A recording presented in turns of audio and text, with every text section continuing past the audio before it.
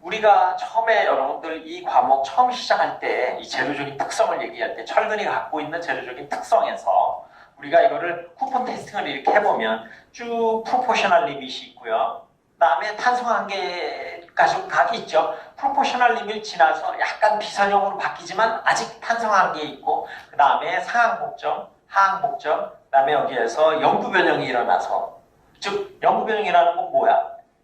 더 이상 응력을 가하지 않았는데도 변형이 쭉쭉쭉쭉쭉쭉 늘어나. 이렇게 늘어나다가 어느 순간이 딱 되면 변형이 더 안 일어나고 다시 변형을 일으키려면 응력을 다시 증가시켜야 되는 그런 스트레인 하드닝, 변형률 경화 포인트에 도달을 하게 되고, 계속 응력을 가하게 되면 얼티밋 스테이지에 올라와서 여기에서 브레이킹이 일어나게 됩니다. 이게 아주 티피컬한 강구조의 쿠폰 테스팅이라고 할 수 있겠습니다. 요 부분쯤에서 아니면 요 부분 근처에서 우리 여치기 하면 쭉 늘어나는 그렇게 네킹 현상이 일어나게 돼서 거기서 탁 하고 파단이 일어나게 되는 거죠. 우리는 요 스틸이 갖고 있는 요 퍼머넌트한 디포메이션, 요 영구 변형 때문에 우리가 스틸에서 저기에서 연성을 기대할 수 있고 취성적인 콘크리트를 보완해 줄 수 있는 재료로서 저것을 사용한다고 얘기를 했지. 그래서 철근이 있고 콘크리트가 있고 두 개가 같이 있으면 철근과 콘크리트인데, 얘가 들어가서 철근 콘크리트가 되기 위한 기본 덕목이 있어야 되잖아. 즉 그 안에 들어가 있는 철근이 콘크리트가 갖고 있는 이런 특징을 보완해 줄 수 있을 정도로 충분한 그런 철근이 들어가 있어야 우리는 이걸 철근 콘크리트라고 하지. 철사 같은 거 하나 여기 들어가 있던, 외모는 콘크리트 안에 철근이 들어가 있지만 얘는 우린 절대 공학적으로는 철근 콘크리트라고 얘기 안 한다 라고 얘기를 했었잖아요. 그러려면 철근도 우리가 기대할 수 있는 이런 좋은 성격을 가지고 있어야 된다는 거죠. 그럼 이걸 보고 어떻게 하느냐, 이 부분에서 우리가 이 부분에서 실질적으로 피지컬하게 많이 보여지게 됩니다. 어떻게? 하중을 더 증가하지 않았는데도 변형이 계속 증가하잖아. 이때 천장을 이렇게 바라보고 있으면 철근이 항복을 하고 영구 변형 상태에 들어가게 되면 균열폭이 쭉쭉쭉쭉 커지면서 철근을 둘러싸고 있었던 콘크리트가 균열이 커지니까 그 안으로 철근이 툭툭툭툭 땅으로 떨어지기 시작해요. 그럼 우리가 그걸 딱 보고 이거 다 대피, 오늘 수업 끝, 이렇게 얘기를 해줄 수가 있어요. 워닝의 시간. 그럼에도 불구하고 여기에서 딱 끊어지는 게 아니고 이 과정에서 충분한 우리에게 워닝, 대피의 시간을 줄 수 있는 이런 연성을 우리가 철근에서 기대를 한다는 거지. 그치?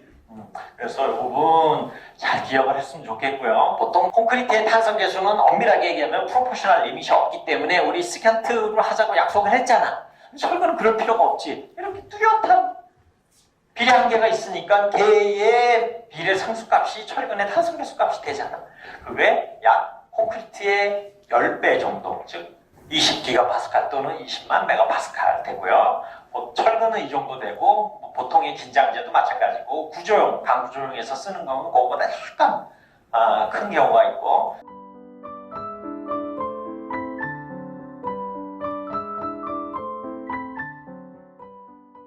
철근의 단위 중량도 한 콘크리트의 3배 정도 얼추 되는구나 라고 기억하면 편하겠지, 그지? 우리는 철근 콘크리트에 사용되고 있는 콘크리트의 단위 중량이 약 2350이었는데 반해서 철근, 스틸은 7850이다. 이 정도 값 정도는 여러분들이 기억을 하고 있으면 좋을 것 같아요. 그래서 철근의 종류에는 E형 철근이 있고 원형 철근이 있습니다. E형 철근이 있고 원형 철근이 있는데, 원형 철근은 말 그대로 여기 잘 보일지 모르겠는데 이 라운드 바예요. 주변에 철근 주변이 그냥 동그란 거야. 그러니까 라운드로 된 건데, E형 철근은 여기가 돌기가 있게 만들었어요. 그 돌기는 왜 돌기를 만들었을까? 철근과 콘크리트의 부착을 증진시키고, 부착에 대한 얘기는 차후 또 하기, 부착을 증가시키려면 이렇게 라운드로 된 것보다 돌기가 있는 게 훨씬 낫겠지. 그래서 deformed than shape, 그래서 E형 철근, 영어로는 deformed than shape이라고 얘기하고, 철근 단면적을 얘기할 때 이렇게 이제 SD 이렇게 얘기를 하게 됩니다. D는 deformed라는 얘기를 해요. 그럼 여기에서 여러분들한테 하나 물어볼게. 여기 딱 카톡방에 올려줘도 좋아. 라운드는 이 라운드 바는 라운드잖아. 그러니까 얘는 지름을 딱 측정하고 반지름을 딱 측정하면 얘의 지름이 나와. 그럼 내가 얘한테 10mm짜리 봐, 15mm짜리 봐 이렇게 하면 얘의 지름을 얘기하거든. 그럼 디폼드는 여기 돌기가 있지. 돌기가 있는데 나는 돌기가 있는 얘한테 15mm 이형철근, 19mm 이형철근 이렇게 얘기를 하거든. 얘는 지름 어떻게 측정해? 돌기가 있으면 골이 있지, 마루가 있지. 얘의 이형철근의 직경은 어떻게 측정할까, 여러분?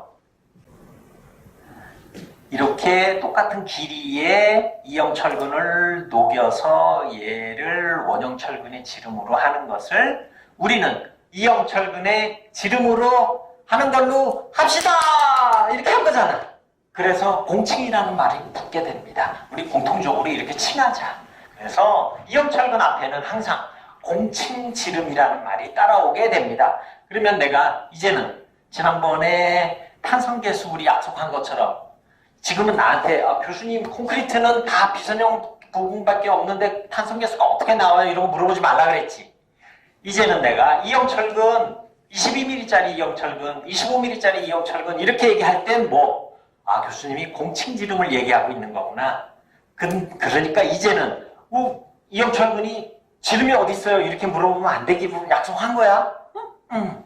그래서 이제 뻔뻔하다가 아니라 우리가 서로 불편하니까 그렇게 표준을 딱 정해갖고 이렇게 하자고 약속을 한 거지. 그럼 내가 22mm짜리 이형철근 이렇게 얘기하면 여러분들은 22mm짜리 이형철근을 같은 길이로 녹여서 원형철근으로 만들었을 때의 지름을 우리가 공칭지름이라고 하고 교수님이 공칭지름을 얘기하고 있는 거구나 라고 얘기를 합니다. 그렇게 해서 얻어진 단면적 4분의 파이 d 제곱 이런 것도 엄밀하게는 공칭 단면적이 되겠지.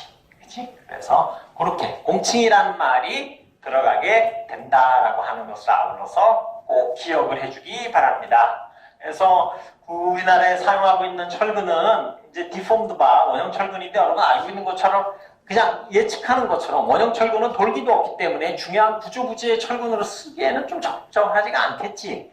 그래서 이런 거는 주로 보조 철근으로 많이 사용되고요. 주로 중요한 부분의 철근은 이형 철근이 사용합니다.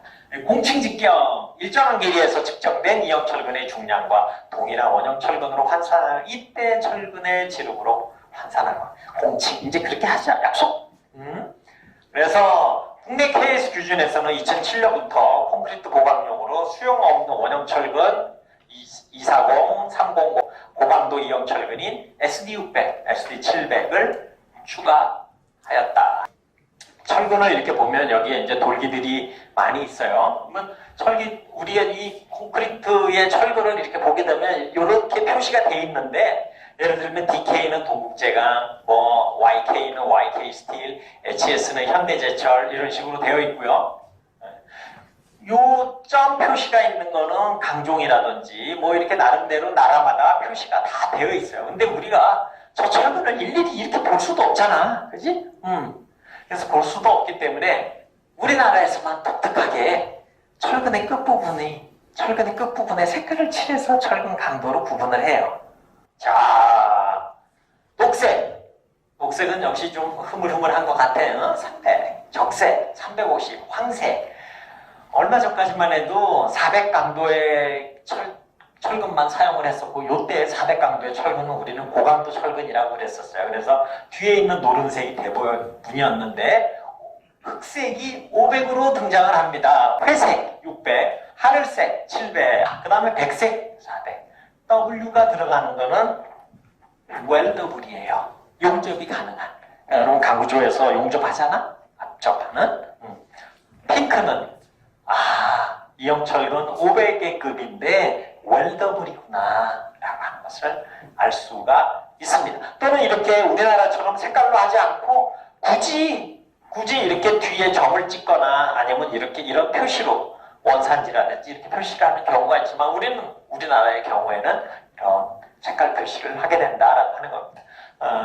지난번까지는 이런 게 없었는데 금년에 새로 들어오면서 하늘색, 핑크 이런 것들이 들어오게 된 겁니다. 그래서 우리는 이거를 갖다가 많이 쓰는데 아직도 저렇게 700급 이런 것들은 내진을 위해서 쓰고 있는데 일단은 이렇게 개발이 되어 있는 상태입니다. 그래서 하나 기억해 볼 건, 그 전까지는 400강도 제일 많이 써요, 아직까지. 400메가파스칼급, 그거를 고강도 철근이라고 썼었는데, 지금은 500급, 600급, 700급까지 나오고, 용접용까지 나오는구나. 하늘색이 SD700에 대한 용어로 가장 많이 쓰는구나. 가장 많이 쓰진 않지만 쓰이는구나. 이렇게 정도까지 기억을 하고 있으면 좋을 것 같습니다. 그래서 최근에는 고강도 이형 철근인 SD600, SD700을 추가하여 초고층 건물 및 초대형 교각 등에 사용되는 고강도 철근의 안전도를 높이게 하였다. 그래서 SD700은 하늘색으로 우리가 표시를 하는구나 라고 기억을 하면 좋을 것 같고요. 이형 철근, 원형 철근, 지름, 공칭 이런 내용들이 여기에 다 표시가 되어 있으니까 여러분들도 교재 하이라이트를 좀 하고, 이 공칭이라는 표현에 별표 또는 동그라미 이렇게 해놓고 이제 이렇게 해서 공칭 둘레, 공칭 단면적, 그러니까 우리 공식적으로 이렇게 하기로 칭하자 이렇게 서로 약속을 한 거잖아, 그렇지? 그래서 이제는 또 나한테 탄성계수처럼 이형 철근의 직경이 어디 있어요? 이런 식으로 얘기하기 없기로 이게 약속을 하는 거지. 이렇게 내가 22mm짜리 이형 철근 그러면 바로 저 과정을 거친 그 공칭 지름이다라고 하는 것을 이제 서로 약속을 해서 의사소통을 하자고 한 거죠. 그죠?